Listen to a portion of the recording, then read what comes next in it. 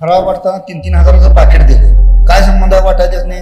आम्ही 35 वर्षातली 35 कामं सांगतो, तिने 21 वर्षातली एक काम सांगावं, आमचं त्यांना थेट आव्हान आहे. 2 लाखात जीएसटी किती झाली? 18,36,000. तुम्ही देताय किती? 12,000. म्हणजे आमचंच 18,000 तुम्ही घेताय आणि आम्हाला म्हणता किती देताय? त्यांच्या दादागिरीला जनतेनं लोकसभेला उत्तर दिलेलंच आहे. त्यांनी विकास एकच केलाय की तासगाव तालुक्यातला कारखाना ऐकून काढलेला आहे. मग आता निवडून आल्यावर हे आता राष्ट्रवादी तुमचे तुतारीवाले हे 3,000 रुपये देतोय म्हणजे जाहीरनामा काढला, हे कुठनं देणार? आणि राडे म्हणलं तर मग ते खासदारांकडे जातं, कारण खासदारांनी आयुष्यात राडे करणं हा एकमेव तेवढाच उद्योग केलाय त्यांनी पहिल्यापासून. विकासच काय नाही, फक्त भाषण तेवढं मोठं मोठं करून जातील. सुमनताईच्या माध्यमातून वायपळे ह्या गावात एकही विकास काम कुठे झालेलं नाही. काय संजय काका काय त्यांना पण 21 वर्ष होती, 10 वर्ष खासदार होते, 5 वर्ष विधान परिषद होती, त्याच्यापूर्वी 5 वर्ष महामंडळ होती. 21 वर्ष त्यांचा पण कारभार असा काय नाहीच की बाबा तो रोहितदादांच्या कामाला चॅलेंज देतील असं. बेरोजगारांना हाताला काम कुठलं दिलं नाही, कोणत्या संस्थाच केलेल्या नाहीत, त्यामुळे बेकारी पण वाढलेली आहे. आमचा विरोध फक्त रोहित पाटलाला, ज्यांनी 25 वर्ष काही सुद्धा काम केलं नाही. जिथं त्यांना संकट येईल तिथं काका आहेत, त्यामुळे आम्ही काकाच्या मागे. काका कुठल्याही पक्षात असू देत, काका म्हणजे आमचा पक्ष आहे. आमचा पक्ष, आमची शाखा, आमचा नेता संजय काका.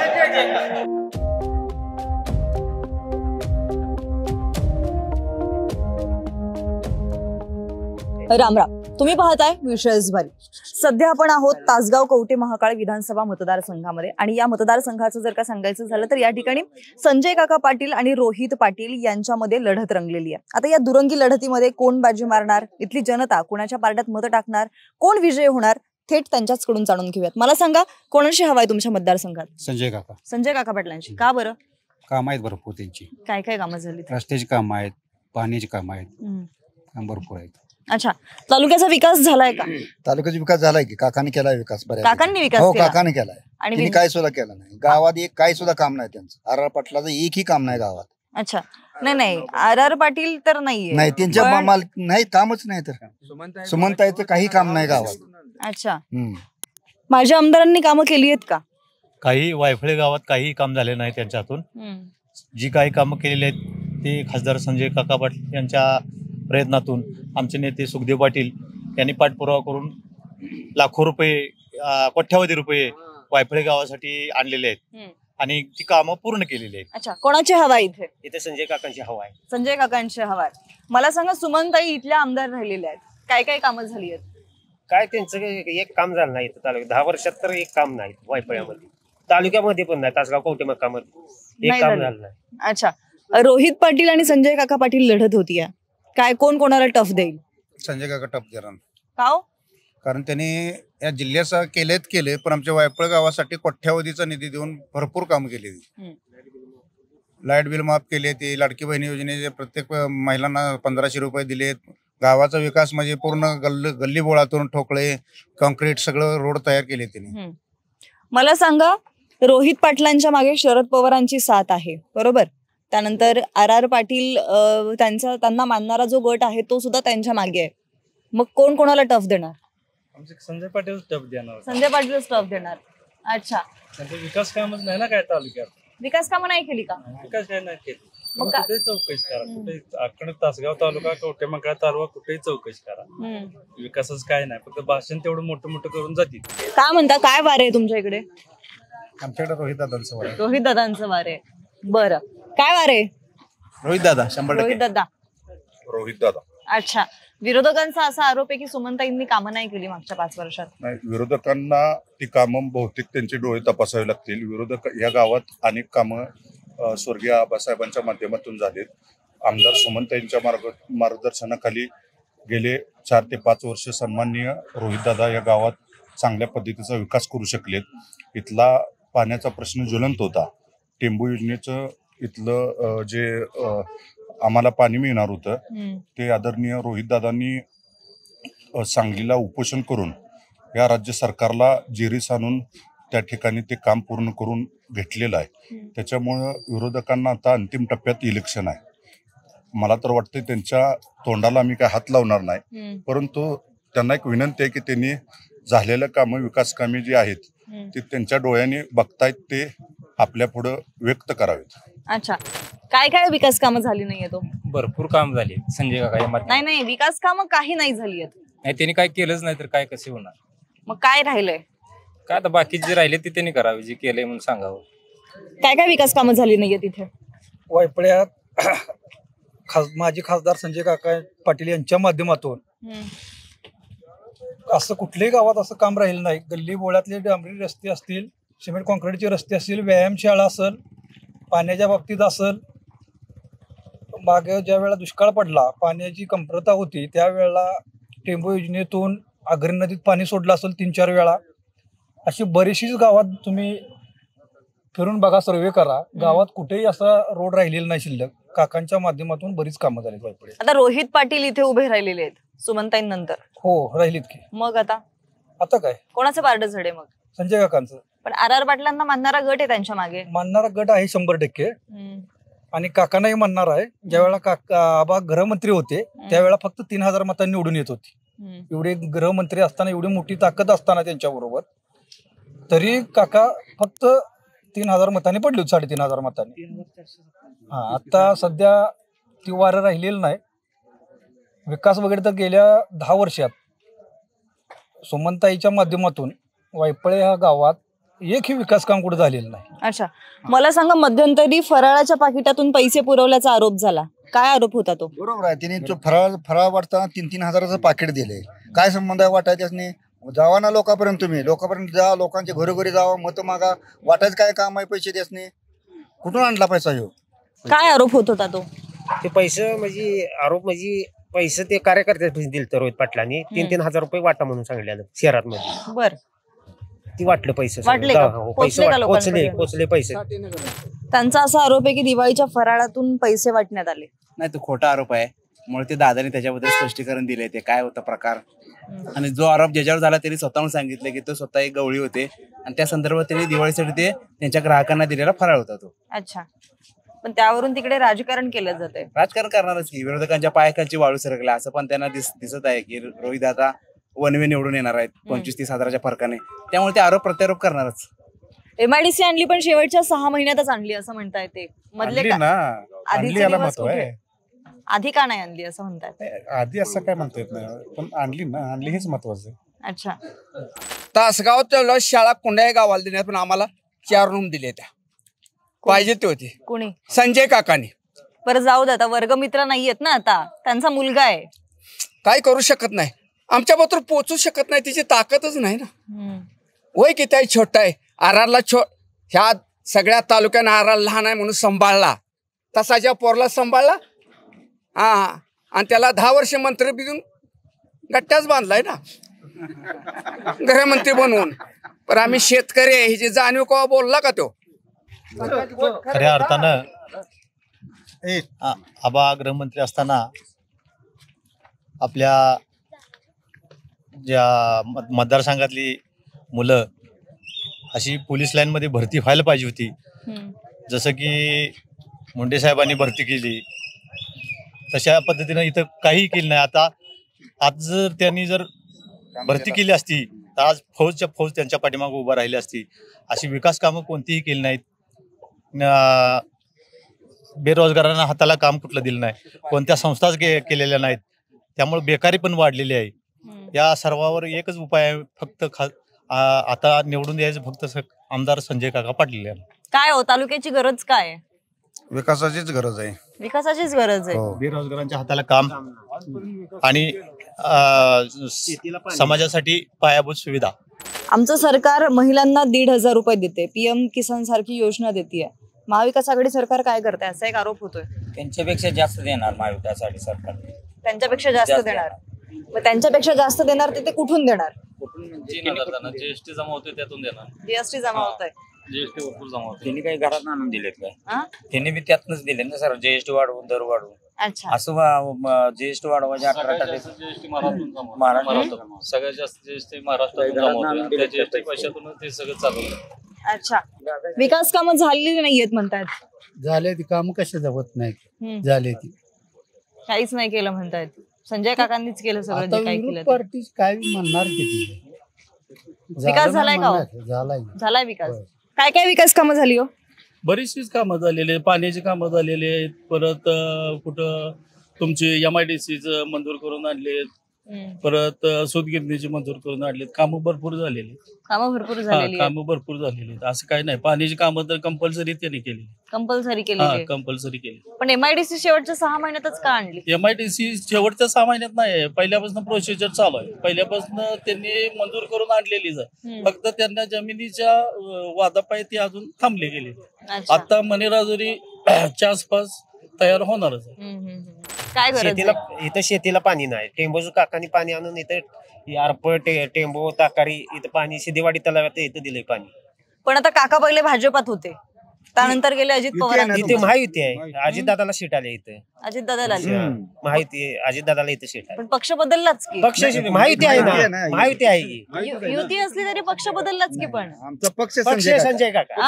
आमचा पक्षच संजय काका आहे. संजय काका पक्षच आहे आमचा. संजय काका कुठे जायला तर आम्ही संजय काकाच्या पाठीमाग कायम संजय काकाच पक्ष आहे.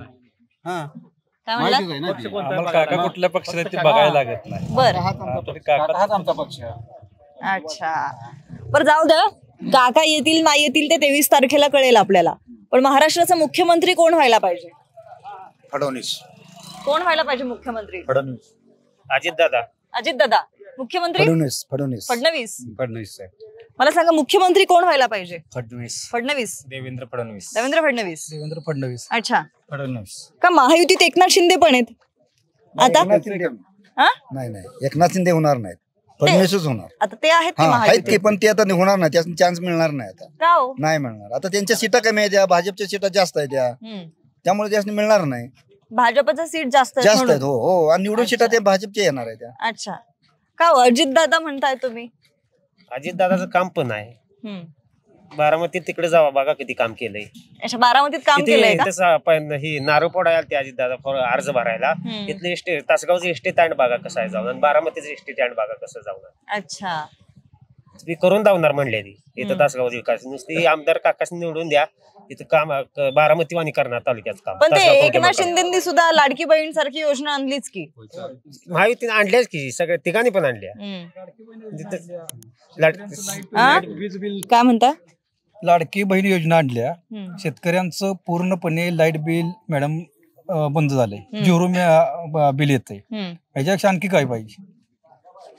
पण तिकडे लोक म्हणतात इकडे सगळं लाडकी बहिणीला पैसे दिले, वीज बिल माफ केली, पण महागाई वाढली, त्याचं काय? महागाई वाढणारच की. महागाई वाढली पाहिजे. तेलाचा डबा 2400 वरून 2800 वर गेला. 1400 वरून 2800 वर कधी होता? गेला. 1400 कधी होता? नव्हता कधीच. कधी सांगा की? 14 पर्यंत, म्हणजे 10 वर्षात. हा. मग लोकांचे बघा म्हणजे बघा तुम्ही आता काय म्हटला, 14 पर्यंत 1400 ला होता, 14 नंतर वाढला, म्हणजे तुम्हाला नेमकं काय म्हणायचं? महागाई वाढली का नाही? त्याच्याबरोबर लोकांची राहणीमान बघा, लोकांचं पगार बघा. ज्या वेळेला तुम्ही काय म्हणला 14 नंतर वाढली? मॅडम ऐका, शब्दात उगाच फसवू नका. ज्या वेळेला 2014ला रिटायर जे शिक्षक आहेत, रिटायर पेन्शनर आहेत, जे फौजी मिलिटरीवाली, त्यांची पेन्शन किती होती? 6000 होती. आता त्यांची पेन्शन किती झाली बघा? 30,000. आपण लोक म्हणतायत सामान्य शेतकरी भरडला जातोय, रिटायर्ड लोकांना पेन्शन देताय, ठीक आहे, पण सामान्य शेतकऱ्याचं काय? शेतकऱ्याला आपल्याला दिले, मोदीने दिले, पेन्शन चालू आहे, PM किसान आहे, नमो पेन्शन आहे, परत तुम्हाला गॅस फ्री मध्ये केला आहे, उज्ज्वला गॅस योजनेचे काम चालू आहे, हमी भाव आहे. बरं, याचा पण उलट लोक बोलतायत सगळंच फुकट दिल्यानंतर लोकांना कसं मिळणार, कळणार कसं? बोला आता. फुकट दिले मग आता बघा, फुकट काय दिले? फुकट काम करून आम्ही त्याची मदत करतो, ते आम्हाला मदत करते. ती काँग्रेस सरकारनं काय दिलं? काँग्रेस सरकारनं काय दिलं सांगा? ते म्हणते त्यावेळेस महागाई नव्हती. मग आता महागाई असेल तर तुम्हाला दिलेच ना सगळं. आता 1400 1500 2100 केलंय. 5 वर्षात 5000 महिन्याला देणार आता ही सरकार. म्हणजे तेच झालं ना, लोक म्हणतायत आमचंच घेतात आणि आम्हालाच देतायत. कुठलं जर सरकार आलं तर तेच करणार ना, कारण तेच करणार की काम. आता तुम्हाला सांगतो की आता कसं रेशनिंग फुकट दिले, उज्ज्वला गॅस आहे, मग सोयी भरपूर केल्या, शासनानं आपल्याला सोयी भरपूर केल्या. मला सांगा, सामान्य मुद्दा महागाईचाच आहे. मॅडम बरोबर आहे तुमचं, मुद्दा महागाईचा नाही, मुद्दा महागाईचा आहे. 100% तुमचं खरं आहे. पण इन्फ्रास्ट्रक्चर बघा, ज्या 20 वर्षात 25 वर्षात काँग्रेसच्या काळात जेवढं रस्ते झालं नाही, तर येणाऱ्या 2014 पासून 2024 पर्यंत नितीन गडकरीच्या माध्यमातून ऑल इंडियात किती रोड झालेत बघा. गडकरींच्या कार्यकाळात रोड झालेच आहेत, मान्य आहे, पण तरुणांना रोजगार नाहीये, त्याचं काय? रोजगार मिळणार की? कधी मिळणार? मिळेल ना आता. मागे का नाही मिळालं? 60 वर्षात किती मिळालं? 60 वर्षात. पण काळ बदलला, तुम्हीच 35 म्हणताय वर्षात ना. ज्या वेळेला मॅडम तुम्ही मला सांगा, ज्या वेळेला पतंगराव कदम साहेब, आर आबा, जयंतराव पाटील साहेब हे तिघही महाराष्ट्राचं मोठ्या पदावर त्यांनी काम केलेलं आहे. तिघांनी जयंतराव पाटील साहेबांच्या मतदारसंघात बघा, पतंगराव कदम साहेबांच्या मतदारसंघात त्यांच्या प्रत्येकी कुटुंबात प्रत्येकाला एक नोकरी आहे. मग आमच्या तालुक्यात का नाही मिळाली? आबा 25 वर्ष, सुमंत काकी 10 वर्ष, 35 वर्षात किती जणांना रोजगार मिळाला ते सांगा ना अगोदर. तुम्ही आम्हाला प्रश्न विचारताय का? मग आता मिळणार का? मिळेल ना, मिळेल. मिळेल की. थांब, एक चान्स देऊ द्या ना लोकांनी काकाला. अच्छा. संजय काका आधी भाजप, नंतर अजित पवार. पक्ष जरी बदलला तरी महायुतीत आहे, आणि महायुती महिलांना लाडकी बहीणच्या मार्फत 1500 रुपये देते असं म्हणतायत ते. ती लाडक्या बहिणीच कसं आहे, भाजप आता महाराष्ट्रातून पाडायला लागले ना, त्यामुळे त्यांनी पैसे कुठून द्यायचं, आणि त्यांनी बरोबर लेडीजना पकडून पैसे दिले ना, 1500 रुपये असं दिले ना. पैसे असं द्या येत नाही तर पैसे, तर असं दिलं पैसे त्यांनी. ती माझी एवढीच. पण ते म्हणतात महिलांना तर आम्ही पैसे दिलेच, पण आम्ही शेतकऱ्यांना पण PM किसानच्या मार्फत पैसे देतोय, शेतकऱ्यांची वीज बिल माफ करतोय. पैसे देते शेतकऱ्याकडे घेऊनच देतात की, त्यांनी काही घरी आणले ते काय पैसे. शेताची महागाई, GST हे सगळा विचार केला तर 6 देणार आणि 18 वसूल करणार. PM किसान योजनेत तुम्ही पैसे देताय म्हणताय. आज या तासगाव कवटेमंकाळ तालुक्यात 70% लोक द्राक्ष बागायत आहेत.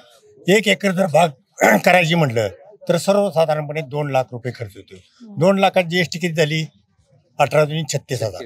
तुम्ही देताय किती? 12,000. म्हणजे आमचंच 18,000 तुम्ही खाताय आणि आम्हाला म्हणताय की देताय. आता महिलांना तुम्ही 1500 रुपये देताय. दिपावळीला तेलाचे दर किती वाढले, ह्याचे खोबऱ्याचे दर किती वाढले, किती महागाई वाढली. म्हणजे आमची डोळे आमच्या डोळ्यात घालताय. म्हणजे काय देताय तुम्ही? हा, आता केंद्र सरकार ज्यावेळेला कोरोनाच्या काळात आमच्या मिलिटरीवाल्यांचं जे सीमेवर लढणारे लोक यांचा 18 महिन्याचा DM गोठवला. 18 महिन्यात DA गोठवला म्हणजे 3% धरले तर माझी 30,000 रुपये पेन्शन आहे. 9 त्रिक 27, 2700 रुपये महिन्याला कायमस्वरूपी 2700 रुपये महिन्याला कट झाले. ह्यांचं पगारातलं काय कट केलं का तुम्ही? ह्यांचं फक्त काय केलं, खासदार फंड, आमदार फंड तेवढा गोठवला. त्यांचा पगारातलं काय कट केलं का? जसं आमच्या पगारातनं DA गोठवला तसं त्यांच्या पगारातनं काय गोठवलं का? अच्छा, हे काय ह्या सरकारला कळलं पाहिजे का नाही? म्हणजे आमची बोटं आमच्या डोळ्यात घालताय तुम्ही. ह्याच्या व्यतिरिक्त काय करताय तुम्ही? काय म्हणत होता? लाडकी बहीण योजना ही पूर्ण फसवी योजना आहे असं आम्ही म्हणणार नाही. कारण आत्ता जरी महिलांना 3,000 रुपये मिळत असले, 1500 रुपये मिळत असले, तर ते भविष्यात त्याचे नियोजन सरकारनं काय केलंय? खरं तर भाजप सरकार पाय उतार होते असं दिसताना त्यांनी महाराष्ट्रात एक योजना आणली की लाडक्या बहीणला बहीण मानलं. खरं तर लाडक्या बहीणचे अनेक संसार उद्ध्वस्त झालेत हे शासनाने प्रामुख्याने त्या ठिकाणी बघितलं नाही. अनेक महिलांचे पती त्यामध्ये कर्जबाजारी होऊन गेलेत. केवळ ते ह्याला कारणीभूत हे भाजप सरकार आहे. आणि अलीकडच्या काळात महिलांना हे सुद्धा कळतंय की आपल्या घरात डाळ कितीला येत होती आणि आता किती त्याचा दर झालाय. त्यामुळे महिलांना घर चालवणं अत्यंत आता अवघड झालंय. ह्याला सर्वस्वी जबाबदार हे शासन आहे. त्याच्यामुळे कोणत्याही असल्या योजनेला किंवा महिला इथं ह्या 1500 रुपयाला बळी पडणार नाहीत. आणि जरी ही योजना आत्ता कंटिन्यू करायची असेल तर आमचंच सरकार करू शकते. कारण जे पवार साहेबांचे ध्येय धोरण आहेत ते महिलांसाठी आरक्षण असेल, महिलांच्या बाबतीतली सुरक्षता असेल, अनेक माध्यमातून पवार साहेबांनी त्या ठिकाणी महिलांना न्याय दिलाय. त्याच्यामुळं महिलांना ह्या 1500 रुपयाच्या भिकेला कोण बळी पडणार नाही. आणि निश्चितपणाने उद्याच्या काळात सगळ्या महिला भगिनी आदरणीय रोहितदादांच्या पाठीमागे खंबीरपणे उभ्या राहतील.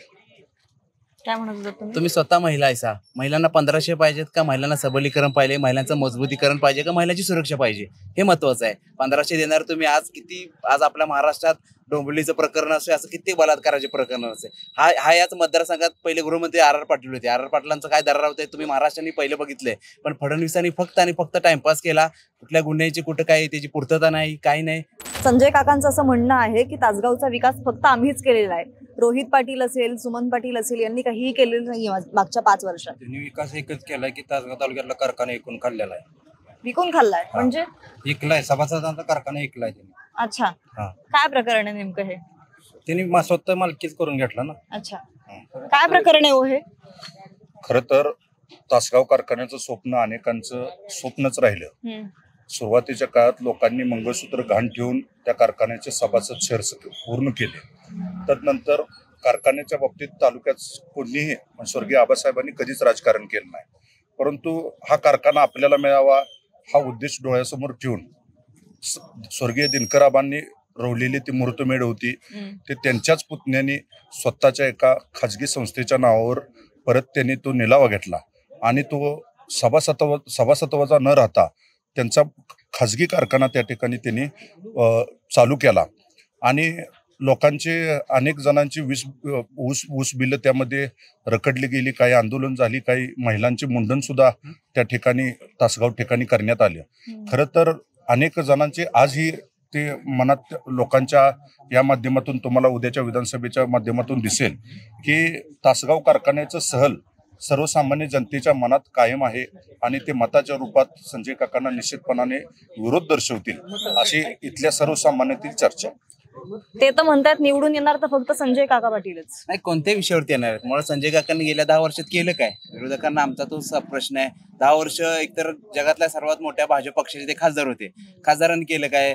तासगावातल्या 7-12 नावावर करणे, एखादा महिला आमदारावरती तासगावचे गुंड आणून त्यांच्यावरती हमला करणे, अशा व्यतिरिक्त दुसरं असं काम काय केलं की त्याने आम्ही सांगावं की खासदारांनी आम्ही 35 वर्षातली 35 कामं सांगतो, त्यांनी 21 वर्षातली एक काम सांगावं? आमचं त्यांना थेट आव्हान आहे. मग आता हे निवडून आल्यावर ही आता राष्ट्रवादी तुमचे तुतारीवाले हे 3,000 रुपये देतो म्हणजे जाहीरनामा काढला, हे कुठनं देणार?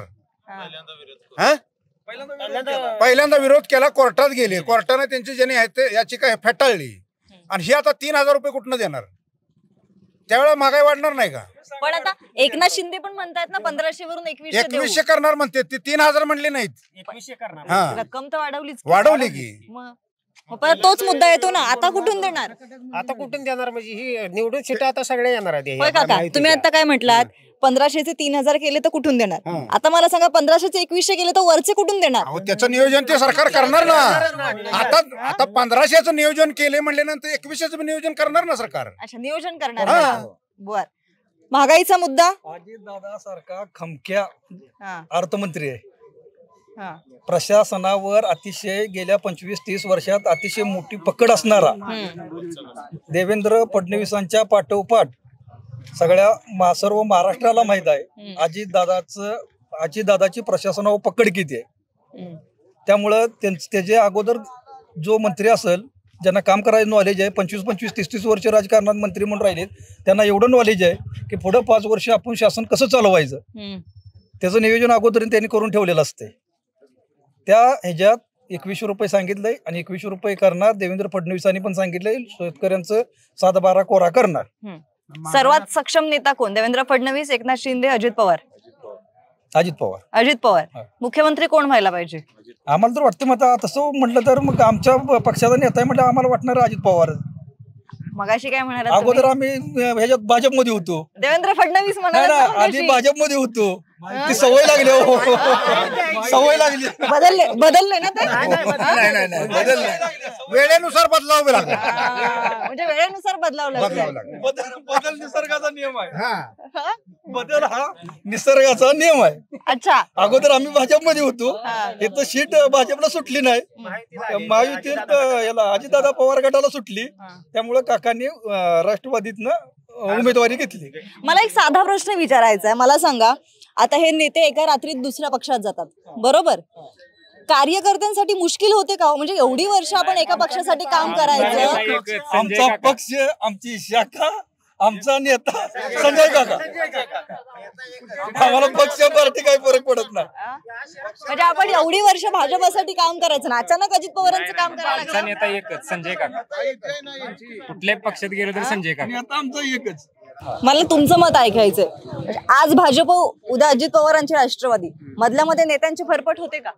नाही, आमच्या नेत्याची फरफड होत नाही. का? कारण आमचा एकच नेता, एकच पक्ष आहे. पण एवढी वर्ष आपण भाजपसाठी काम करायचं ना, अचानक राष्ट्रवादीचं काम करायचं. महायुतीच आहे ना, भाजप, राष्ट्रवादी आणि शिवसेना तिन्ही एकच गट पक्ष आहे ना आपला. पण आता युती आत्ता झाली ना, त्यापूर्वी तर सगळे वेगवेगळे पक्ष होते, पण ज्यावेळी वेगळे पक्ष होते त्यावेळेस भाजप आणि राष्ट्रवादी तशी बघायला गेली तर विरोधातच होती, बरोबर? मग जे आपले विरोधक होते त्यांनाच आज आपण मित्र म्हणायचं हे कठीण जातं का? नाही तसं का? आमचा फक्त विरोध रोहित पाटलाला आहे. आमचा विरोध फक्त रोहित पाटलाला, ज्यांनी 25 वर्ष काही सुद्धा काम केलं नाही. फक्त पोपट पंची आता एकच चाललंय त्यांचं, महाराष्ट्र नेता बनायला चाललेत. तालुक्याचं काय आजपासून त्यांनी काय केलं? काकांनी पाणी सोडलं, यायचं परड्या सोडायच्या, तिथं येऊन उभा राहायचं, फोटो काढायचा, याशिवाय दुसरं काही केलेलं नाही त्यानं. आल्याला पाणी बंद, एवढंच काम केलं त्यांनी. पाणी चालू असताना बंधाऱ्यावरून यायचं, म्हणायचं तलाव शिदेवाडी तलाव भरून देतो. पहिलं ऑलरेडी पाणी चालू आहे शिदेवाडी तलाव्यात, यायचं त्याचं फुकट श्रेय घ्यायचं आणि परत ती झाल्यावर लगेच पाणी बंद. म्हणजे का दुसऱ्याचं श्रेय का घ्यायचं? 5 वर्ष काय केलं ना, आता 6 महिन्यात एमआयडीसी काढली. एमआयडीसी नाटकी केली, केलं काय केलं सांगा मला. आज ते म्हणतात काय म्हणतात, आजपासून सुमनताई आमदार होत्या, बरोबर आहे, त्यांच्यात ही 5 वर्ष त्यांनीच बघितलं आमदारकीचा काळ. सगळीकडे फोटो काढणे, काय करणे, एवढंच केले. काम आणलं काय प्रत्यक्षात? एकही काम आणलं नाही त्यांनी. तुम्ही जाऊन आजनीच्या गावचं त्यांचं खड्डं बघा, मग तालुक्याचा काय विकास करणार सांगा? फक्त पोपटपंची बोलल्याशिवाय दुसरं काही करत नाही त्यांनी. नुसतं मोठं बोलायचं, बाकी काय करायचं नाही. काकाला गुंड म्हणायचं, काकाने काय गुंडगिरी केली? एक दाखव काकाने गुंडगिरी काय केली, एका प्रश्नावर त्यांनी सांगावं. ते मध्यंतरी माजी नगराध्यक्षाच्या घरी हाणामारी झाली होती. कुठं? अहो मॅडम, मला काय म्हणायचं आहे, तुम्ही म्हणता बरोबर विचारला प्रश्न. काकाचा पी आहे खंडू हा सौदचा काकाचा पी आहे. काकाच्या पेला जर तुम्ही संध्याकाळी जाताना वाटत अडवून जर त्याला दमदाटी करून मारहाण जर करत असेल तर संजय पाटील एवढा स्वस्त नाही. कार्यकर्त्याच्या जर केसाला जर धक्का लागला तर जाब विचारणारा संजय पाटील आहे. कळलं का? बोल मॅडम. खंडू परवा दिवशी खंडू गावला पैसे वाटताना त्याचं सोशल मीडियाला फोटो आहेत, सगळ्याला फोटो आहेत खंडूचं. संजय काका असं कार्यकर्ते म्हणजे आमचे नेते आहेत थोडक्यात, की कार्यकर्त्या गावला म्हणून त्याला वाऱ्यावर सोडणार काका नाहीत. जिथं त्यांना संकट येईल तिथं तिथं काका आहेत, त्यामुळे आम्ही काकाच्या मागे. काका कुठल्याही पक्षात असू देत, काका म्हणजे आमचा पक्ष आहे. आणि मगाशी तुम्ही महागाईचा मुद्दा वापरला तुम्ही, बरोबर आहे. 1500 दिलं म्हणून महागाई वाढली, ही चुकीच आहे. आणि आता 3000 कसं चुकीचं? 1500 तुम्हाला दिलं तर कशातनं दिलं? बरोबर. 1500 दिलं कशातनं दिलं? शासनानं काहीतरी तरतूद केली त्यातनं दिलं, बरोबर आहे. त्यावेळेला ही काय म्हणली की बाबा 1500 दिलं देऊ शकत नाहीत, दिलं. त्यानंतर म्हणली ही बनवा बनवी आहे, लाडक्या बहिणीला मिळू शकत नाही. पण आता हिने 3000 दिवस काढले. ही आता कुठनं बजेट त्यांच्या पैसे आलं? मला सांगा, ही बजेट त्यांच्या पैसे तेव्हा सरकार तोट्यात जाते आणि आता अचानक 3000 द्यायला कुठलं पैसे आलं? पहिल्यांदा विरोध नुसतं बोलवा बाकी काही नाही मॅडम. पहिल्यांदा विरोध करायचा आणि परत म्हणायचा आम्ही 3000 देतो. मग ह्यांनी कुठं आणला यो पैसा? आज मी एक भाषण ऐकलं त्यांचं सभा असताना, की तांबोळे कोण आहे त्यांचं, ते काय म्हणले, RR आबांनी 62,000 पोलीस भरती केली, बरोबर आहे. तालुक्यासाठी किती केली भरती त्यांनी? आमच्या माहिती 4 उमेदवार म्हणजे विद्यार्थी होतं पोलिसाची भरतीसाठी त्यांच्याकडे गेलं. एकाला 1 मार्क कमी होते, एकाला 1.5 मार्क कमी होते, एकाला 2 मार्क कमी. त्यांचं का तिने म्हणजे ऑब्जेक्शन घेतलं नाही? बाबा ही आपली पोरं आहे ती आपल्या पाठीमागे पहिल्यापासून आहे ती. आणि एवढंच नव्हे, ज्यावेळेला RR पाटील पहिल्यांदा आमदारकीला उभा राहायचे होते त्यावेळेला आमच्या मळ्यात, आमच्या वायपळे गावात कडेमळ्यात लोकांनी वर्गून काढून त्यांना पैसे, गाडी घ्यायला पैसे दिले. त्यांचं आतापर्यंत काय केलं, वायपासाठी काय केलं? आता त्यांचा मुलगा आहे. हा, मग मुलगा पण ह्योच दिवा लावणार ना. काय करणार? आबानी जसं दिवा लावलं तसंच मुलगा पण लावणार. आपण रोहित पाटील यांच्याबद्दल बोलूयात. रोहित पाटलांचं काय, आता आमच्या मळ्यातलं तुम्हाला उदाहरण सांगतो. आमच्या मळ्यात जवळजवळ 150 एकर द्राक्ष बाग आहे कडेच्या माळा, आणि सगळ्या तिथं युरोप होतोय. आणि तुम्हाला सांगतो तिथं म्हणजे कसा एकच ट्रान्सफॉर्म आहे, तो पण काकाच्या माध्यमातून बसलेला आहे. तिथं ऍडिशनल डीपी म्हणून आम्हाला एक ट्रान्सफॉर्मर पाहिजे होता. त्यासाठी म्हणजे आमच्याच मधले त्यांच्या पार्टीचे लोक त्याच्याकडे 3 वेळा गेलती की बाबांनो आम्हाला ऍडिशनल ट्रान्सफर द्या, आम्हाला एका ह्याच्यावर चालत नाही, 4-4 तासानं आमचं पाणी भिजत नाही. एवढं होऊन सुद्धा 3 वेळा जाऊन तिने सांगितले 3 महिन्यानं बघू, 4 महिन्यानं बघू. हा ऐका 2 मिनिटं. एवढं सांगून एवढं ही कोण काम जर होत नसलं, ती माणसं काकाकडे गेली असती, 1001% मी छातीवर टिकून सांगतो 15 दिवसात ऍडिशनल डीपी तिथं बसला असता. मी एवढी सांगतो तुम्हाला. रोहित पाटलांनी फक्त जाहिरातबाजी केली. रोहित पाटलांना पद नसताना रोहित पाटलांनी काम केलं. रोहित पाटील अमरण उपोषणासाठी बसले. त्यांनी तालुक्यासाठी 2 TMC एक्स्ट्राचं पाणी आणलं. त्यांनी जेवढं खासदारांनी स्वतः खासदार असताना किंवा स्वतःकडे पद असताना जे काही केलं नाही ते रोहित पाटलांनी काय स्वतः आमदार नसताना केलं, याच्यावरून जनतेला कळले की ते आमदार झाल्यावर काय करतील याचा सर्व जनतेला आता समजले. त्यामुळं येणारी विधानसभा ही जनतेनेच हातात घेतले आणि रोहित पाटील निवडून येणार. ते दादागिरी दडपशाहीचा पण आरोप होतोय. त्यांच्या दादागिरीला जनतेनं लोकसभेला उत्तर दिलेलंच आहे. त्यांची दादागिरी कदापि जनता सहन करणार नाही. विधानसभेलाही तेच होणार आहे. मग सांगितल्याप्रमाणे त्यांची दादागिरी चालणार नाही. जनतेपुढे दादागिरी चालत नसते. इकडून दादागिरी केली जाते असा आरोप. इकडून कधीच दादागिरी केली जात नाही. एक उदाहरण दाखवायचं की इकडून दादागिरी केली, त्यांचे आम्ही तुम्हाला 50 उदाहरण दाखवतो दादागिरी केलेली. त्यांची भाषाच अशी असते, करतो धावतो बघतो. इकडून एकदा तरी दाखवायचं की कोणाचं स्टेटमेंट आहे का. अच्छा, तुमचं तासगाव कवठे महाकाळ एवढं हॉटलिस्ट वरती का असतं? कायम इथे राडे दंगा का होत असतो? राडे महत्वाचं म्हणजे चांगल्या कारणाने होतं. ते स्वर्गीय आर पाटलांच्या नावामुळे पूर्ण राज्यात कुठेही गेला तर आर पाटलाचा मतदारसंघ ह्या नावाने फेमस होता. आणि राडे म्हणलं तर मग ते खासदारांकडे जातं, कारण खासदारांनी आयुष्यात राडे करणं हा एकमेव तेवढाच उद्योग केलाय त्यांनी पहिल्यापासून. बाकी दुसरं काय होणार, त्यांच्याकडे अपेक्षा करणं नाही, कारण त्यांचं त्या मानाने तेवढंचं शिक्षण नाही, त्यांचा विचार नाही. त्यांचा लोकसभेत एखादा प्रश्न कोणता विचारलेला कोणी दाखवावं त्यांच्या कोणत्याही कार्यकर्त्यांनी की आमच्या 10 वर्षात आता झालेल्या खासदारांनी एका फक्त लोकसभेच्या पूर्ण एका सत्रात पूर्ण सरकारला धारेवर धरलं. पण ह्या पट्ट्याने एकदाही तरी कोणताही प्रश्न विचारला असा एक प्रश्न दाखवा की कोणत्या टेंबू योजना असू दे, महिला सबलीकरण असू दे, या कोणत्याही शेतकऱ्यांच्या आत्महत्याविषयी असू दे, असा एकही प्रश्न केला नाही. 10 वर्ष फक्त संसदेत फक्त जाऊन झोपा काढून येणे याच्या व्यतिरिक्त काही केलेलं नाही खासदारांनी. तुमच्या प्रतिस्पर्ध्यांचा असा आरोप आहे की आर पाटील असताना त्यांनी इथल्या मुलांना भरती होऊ दिलं नाही.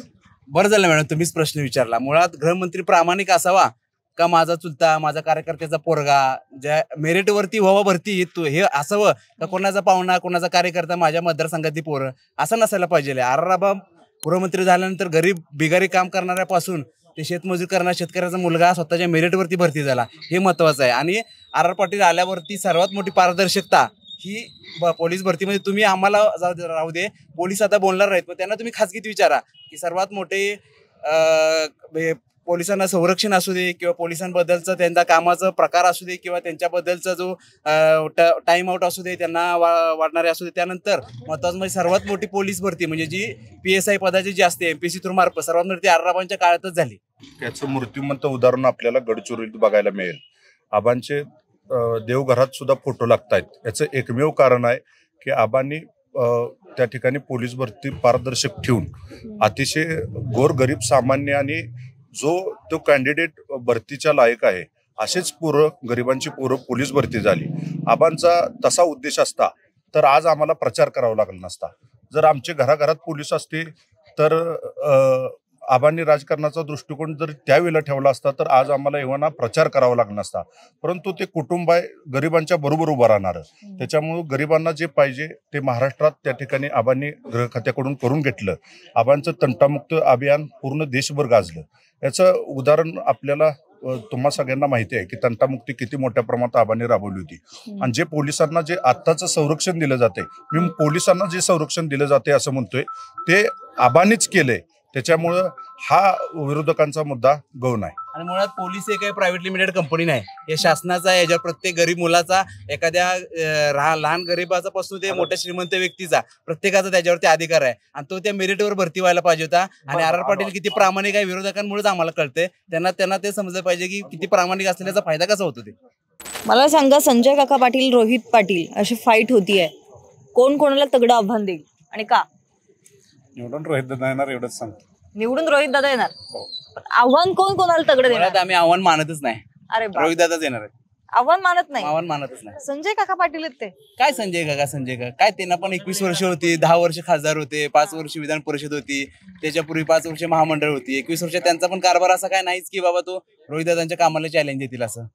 पण ते खासदार राहिलेले त्यामुळे हे आव्हान निश्चितपणाने संजय काकांनाच तुम्ही विचारावं. अच्छा, गेले 2 वर्ष त्यांच्या मुलाजी प्रभाकर पाटील यांची उमेदवारीच्या दृष्टीने त्यांचे प्रयत्न चालू होते. परंतु काय झालं, कसल्या सर्वे त्यांच्या हाती आली कोणास ठाव की डायरेक्ट ते आबांचे वंशज म्हणजे आबांचे पूर्वीपासून ते विरोधक राहिलेत आणि अचानक त्यांनी उमेदवारी बदलली आणि त्यांची उमेदवारी त्या ठिकाणी फायनल केली. खरं तर आव्हान काय असतंय हे त्यांच्या उमेदवारी ज्या दिवशी त्यांनी अर्ज भरला त्या अर्जातूनच अर्ज दाखल केल्यानंतर ह्या तासगाव कोटेमंकाच्या जनतेला कळालं की पुढं आव्हान किती मोठं आहे. आणि ते रोहितदादांच्या त्यांच्या मनात किती भीती आहे. आता त्यांच्या पूर्ण लक्षात आले की पराभव हा निश्चितपणाने होणार आहे. कारण रोहितदादांचं आत्ताचं या 2-3 दिवसातल्या जनतेचा प्रतिसाद बघितला तर अतिशय उत्तम असा प्रतिसाद दादांना मिळतोय. दादा निश्चितपणाने 30 ते 40 हजार या फरकानं विधानसभेत निश्चितपणाने जनतेने सगळ्यांनी मनाव घेतलंय आणि ही जनतेने इलेक्शन हातात घेतल्या की रोहित दादाला कोणत्याही परिस्थितीत विधानसभेत ह्या तासगाव कोटेमंकातले राहिलेले प्रश्न मांडायसाठी दादाला पाठवणार आहेत. अच्छा, विरोधक म्हणतायत रोहित पाटील फारच नौखे आहेत, कसा निभाव लागेल? रोहित दादाच काम आहे. रोहित दादा पहिल्यापासून काय मतदारसंघात झटतायत. विरोधकांना माहित नसेल की रोहित दादा 5 वर्ष झाले या मतदारसंघात सातत्यानं त्यांचा हे आहे. पण आता संजय काका पाटील जे खासदार राहिलेले आहेत आणि रोहित पाटलांकडे फारसा काही अनुभव नाहीये, मग कशी टफ फाईट होईल? रोहित पाटलांना भरपूर अनुभव आहे, कारण त्यांनी यांच्याच विरोधात कवटेमंकाची नगर परिषद जिंकलेली आहे. जिल्हा परिषद पंचायत समिती सारख्या बऱ्याच निवडणुका जिंकल्या. त्यांचं वय नव्हतं आजपर्यंत, म्हणून ते कुठल्याही निवडणुकीला उभारले नाहीत. तसं ते गेली 7-8 वर्ष राजकारणात आहेत. आबा गेल्यानंतर तेच बघतायत सगळं, त्यामुळे ते काही नौके नाहीये. आणि संजय पाटील आत्ताच लोकसभेला 1 लाखाच्या फरकानं पडलेले आहेत. मग हा निकाल काही वेगळा येणार नाही.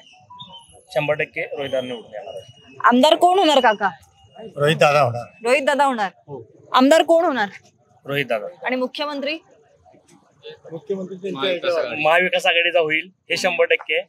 तो पवारसाहेब ठरवतील. बर, आमदार कोण होणार? रोहित दादा. आमदार? रोहित दादा. रोहित दादा. अच्छा, आमदार कोण होणार? रोहित दादा. आमदार कोण होणार? आमदार कोण व्हायला पाहिजे? संजय काका? रोहित दादा. आमदार कोण व्हायला पाहिजे? रोहित दादा. काळ्या दगडाची पांढरेश. आमदार कोण व्हायला पाहिजे? रोहित दादा. रोहित दादा. भावी आमदार रोहित दादा. रोहित दादा भावी मुख्यमंत्री होणार आणि भावी मुख्यमंत्री. अच्छा, आमदार नंतर मुख्यमंत्री. आमदार नंतर मुख्यमंत्री. अच्छा, आपण पाहिलेले तासगाव कवठे महाकाळ या विभागातली किंवा या विधानसभा मतदारसंघातल्या जनतेचं नेमकं काय म्हणणं आहे, त्यांचा कौल कोणाला असेल हे त्यांनी स्पष्ट केलेलं आहे. मात्र तुम्हाला काय वाटतंय, इथले आमदार कोण व्हायला पाहिजे? तुमचं मत खाली कमेंट बॉक्समध्ये जरूर कळवा. आणि अशाच प्रकारच्या इंटरेस्टिंग लढती जर पाहायच्या असतील तर विश्वास भरीला आता सबस्क्राईब करा. धन्यवाद.